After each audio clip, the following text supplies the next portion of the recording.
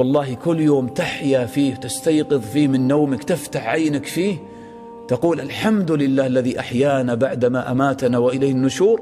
والله هذا اليوم أعظم نعمة من الله تعالى عليك بعد نعمة الإسلام، أن الله تعالى أمد لك في عمرك، أعطاك حياة جديدة، يوما جديدا تعبد الله فيه، تتوب إلى الله تعالى فيه، تراجع فيه نفسك، تستعد فيه للقاء ربك.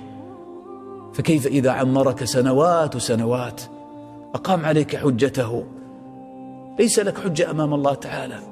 كما جاء في الحديث: أعذر الله تعالى إلى امرئ بلغه إلى 60 سنة وأنت تعيش في الدنيا، ماذا فعلت؟ أولم نعمركم ما يتذكر فيه من تذكر؟ يعني أولم نعمركم عمرا فيه فسحة للتذكر، ما يتذكر فيه من تذكر، وجاءكم النذير؟ ماذا بقي لك إذن؟ الله تعالى أعطاك عمرا طويلا، متعك في شبابك، أعطاك صحة وعافية، وبين لك طريق الخير من طريق الشر، ويسر لك عبادته جل وعلا. إذن ماذا تنتظر؟